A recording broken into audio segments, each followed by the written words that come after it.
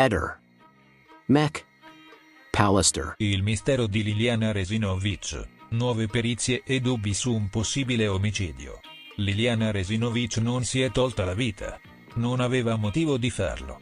Ne è certo Sebastiano Visintin, suo marito, che sin dal primo momento ha rifiutato l'ipotesi del suicidio. Ora, con il deposito della superperizia condotta dall'anatomopatologa Cristina Cattaneo e dal suo team, emergono nuovi elementi che sembrano confermare la morte per asfissia provocata da terzi. Una svolta potenziale nelle indagini, che alimenta la speranza di Visintin. Se si tratta di omicidio, è fondamentale che venga individuato un colpevole. Tuttavia, il lungo tempo trascorso dalla scomparsa della moglie ha minato la sua fiducia nella possibilità di ottenere finalmente giustizia. Liliana Resinovic, 63 anni, era scomparsa nel nulla il 14 dicembre 2021 a Trieste. Il suo corpo è stato ritrovato solo il 5 gennaio 2022, nascosto in un boschetto nei pressi dell'ex ospedale psichiatrico della città. Una scena inquietante e carica di interrogativi. La testa era avvolta in 2 sacchetti di plastica trasparente, fissati al collo con un cordino, mentre il corpo era stato infilato all'interno di 2 grandi sacchi neri. Un dettaglio che, sin dall'inizio, ha suscitato forti perplessità. Come sarebbe stata in grado di realizzare un simile sistema senza lasciare alcuna traccia delle proprie impronte? Gli esami del DNA hanno rivelato la presenza di un'unica, debole traccia maschile sul cordino che stringeva il collo della vittima. Un elemento che però non ha condotto a nessuna svolta. Le analisi hanno escluso che appartenesse a Sebastiano Visintin, all'amico speciale Claudio Sterpena, a un vicino di casa e a un altro vecchio conoscente della donna. Inoltre, il complesso sistema di sacchi in cui il corpo era stato avvolto sembra ben lontano da una simulazione di suicidio. Al contrario, appare come il metodo più efficace per trasportare un cadavere senza destare sospetti. Un altro nodo cruciale riguarda il momento della morte. La prima autopsia aveva suggerito che il decesso fosse avvenuto tra le 48 e le 60 ore prima del ritrovamento del corpo. La nuova perizia, però, propende per il 14 dicembre, lo stesso giorno della scomparsa.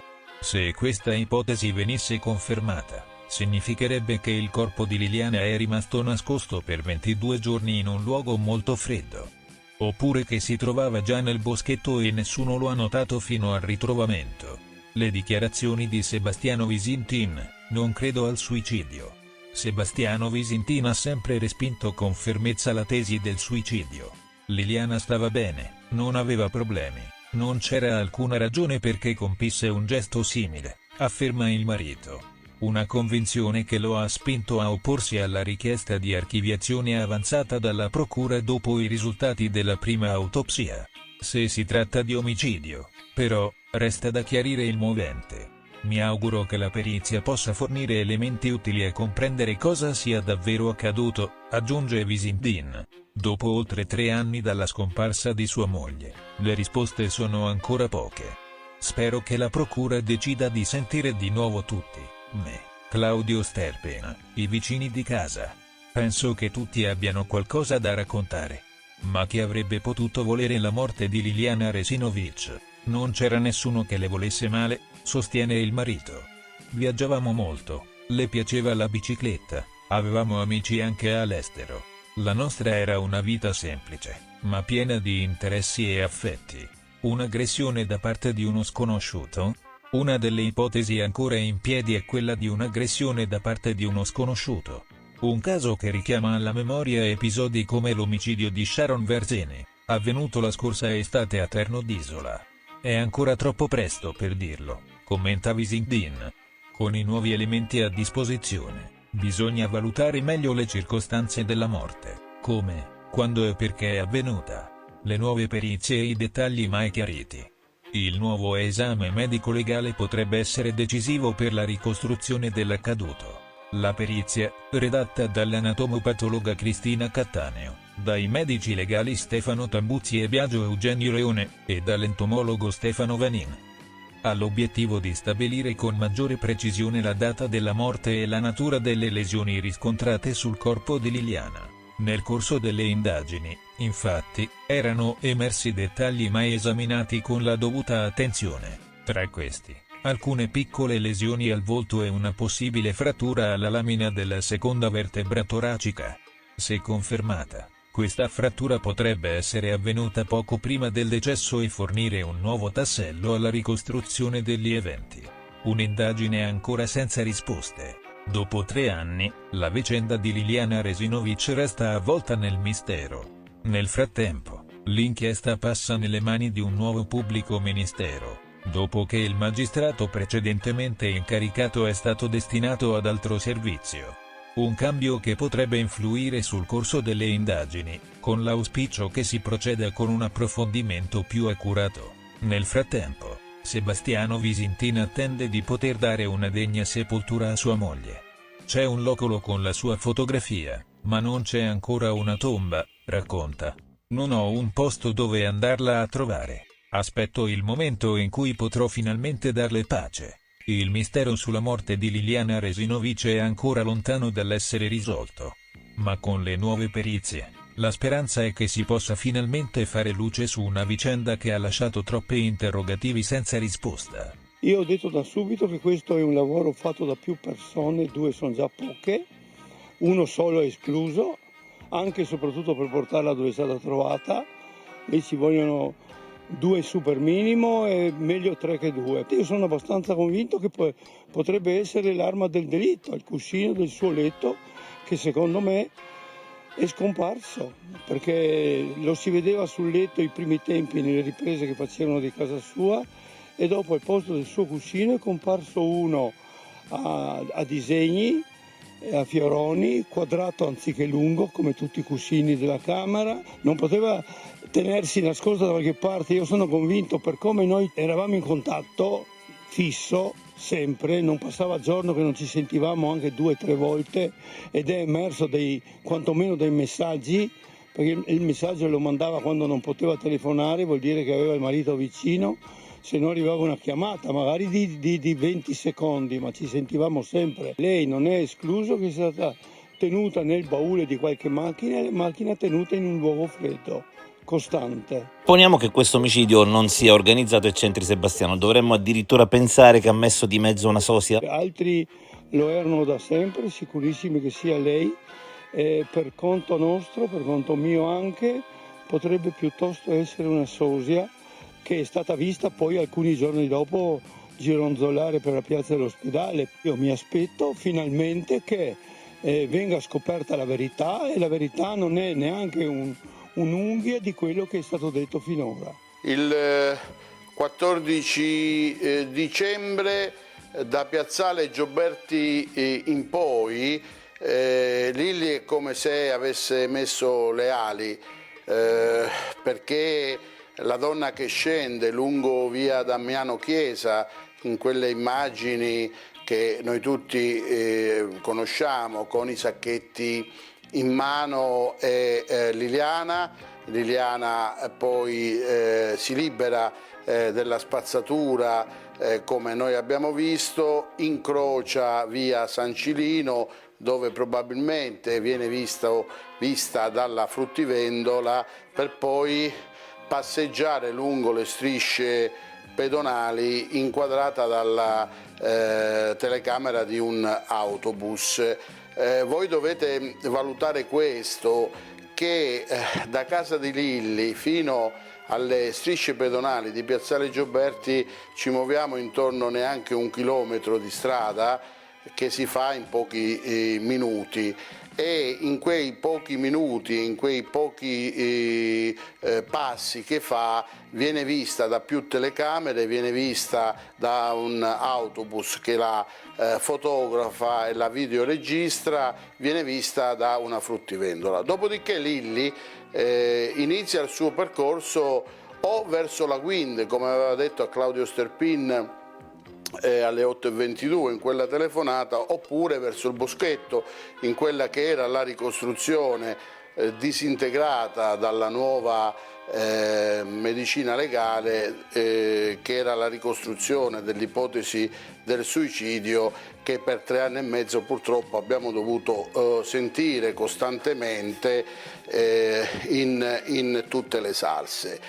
Significa che Lilli percorre il doppio dei chilometri, significa che Lilli attraversa centri commerciali, attraversa una caserma, passa dal medico di famiglia, però tutto il percorso successivo che va da Piazzale Gioberti verso appunto il Boschetto o la Guinde, nessuno la vede, non c'è una sola telecamera che la riprende, non c'è una sola persona che anche ex post, nonostante l'attenzione dei mezzi di informazione a questo caso, arriva in procura o in questura dicendo guardate che io l'ho vista passare lì, quindi c'è un pezzo di strada che la ripigliano e la rivedono tutti, un altro pezzo di strada molto più lungo che attraversa la città, centri commerciali e carabinieri compresi, dove non la vede nessuno, ammesso Leale, oppure qualcuno l'ha intercettata in macchina.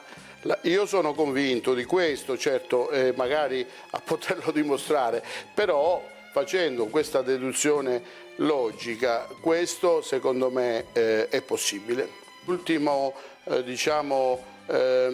posizione che viene valutata dai tabulati del signor Visintin è alle 9.04 in via Carducci 29, che è a pochi centinaia di metri, di minuti dalla Wind, da via Battisti 18. Quindi Sebastiano Visintin alle 9.04 è in via Carducci 29, questo lo dicono i tabulati. Dopodiché lui da lì viene di nuovo posizionato alle 9.12 nel laboratorio, perché viene attivata una cella che è compatibile con quella di via Donadoni, 9.12.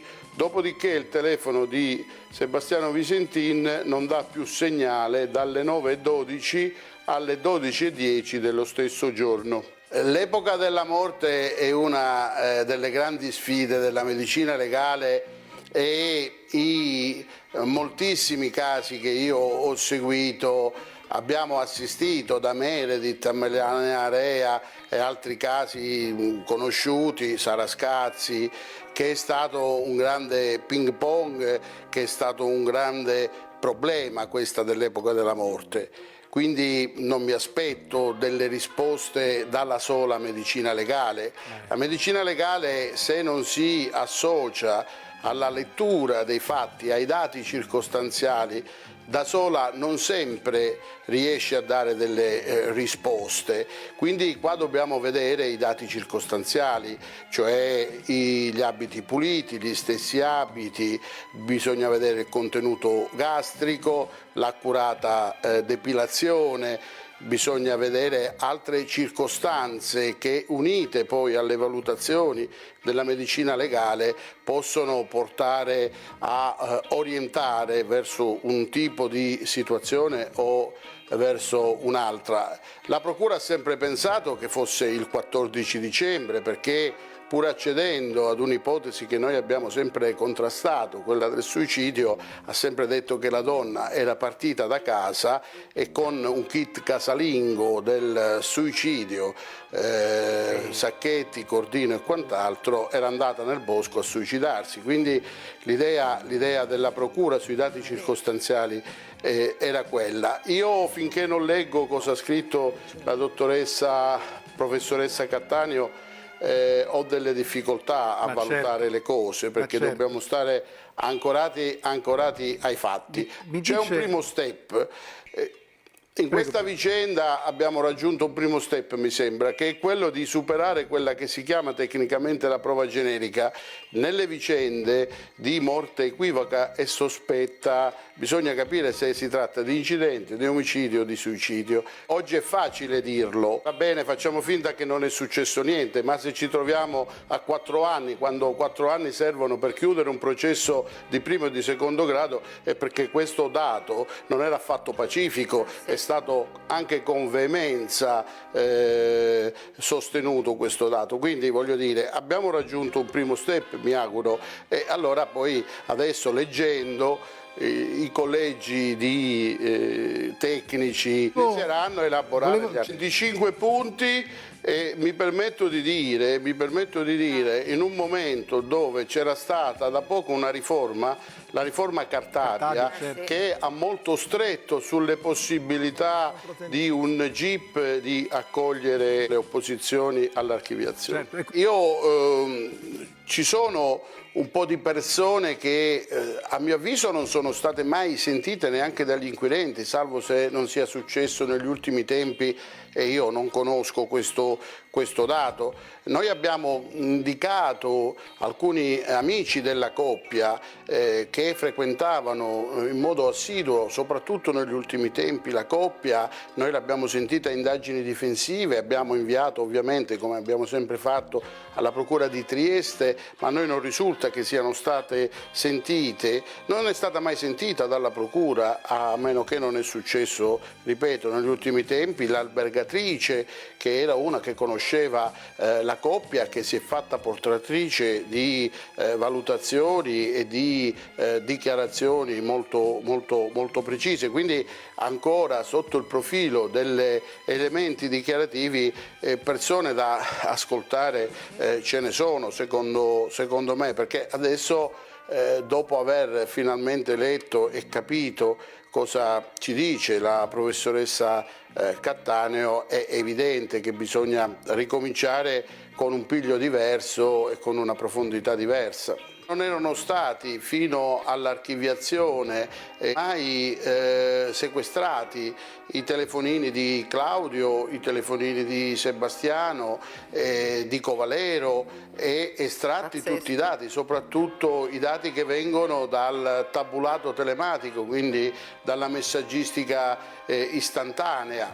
Adesso da quello che risulta sono stati acquisiti e quindi vedremo quali sono i risultati. Non ho mai visto, non c'è casistica mondiale di un suicidio che avviene con i sacchetti, e i sacchetti che pesano 1 grammo lasciano tutti quei segni e quelle lesività sul volto della persona che decide di togliersi la vita in quel modo, mentre non lascia segno quel cordino, nessun solco, nessun elemento che porta a dire che quel cordino è stato utilizzato per morire. Tra l'altro nella morte da sacchetto il cordino neanche serve, e chi ha preparato quella messiscena non lo sapeva, perché basta l'adesione della plastica sul viso, e quindi il cordino non serviva. Addirittura un poliziotto la chiama una cordicella legata con un fiocco. Tutte quelle lesività parlano, sono da collocare molte di queste sicuramente attraverso la revisione dei preparati istologici, quindi il sangue, i globuli rossi, ad un'epoca prossima alla loro causazione in vita, e quindi significa che prima di morire qualche ceffone è arrivato. Il movente è da legare alla vita di Lily, a quelle che sono le zone d'ombra di questa donna. Evidentemente lei dava fastidio negli ultimi tempi a qualcuno, e il suo comportamento ha portato sicuramente a questa brutta fine di questa donna, che non meritava di essere così sfortunata. Quando si parla di suicidio, tenete presente una cosa, che la donna aveva una tossicologia negativa, e nelle morti da sacchetto è molto difficile trovare una tossicologia negativa, cioè non si era stordita con farmaci, con alcol, con altre sostanze. Ricordiamoci che c'era quella posizione del corpo quasi dormiente, sembrava appoggiata su quel tappeto vegetale. E poi chiudo dicendo, ricordiamoci pure che non era difficile sopraffare Lilli, perché Lilli pesava soltanto 42 kg, quindi voglio dire un paio di pugni ben assestati, una donna di 42 kg può essere sicuramente stordita, può essere sicuramente una donna che subisce dei gravi danni se piglia dei pugni magari da una persona che in quel momento è alterato dalla rabbia e dal risentimento. Ehi, non dimenticare di iscriverti a questo canale.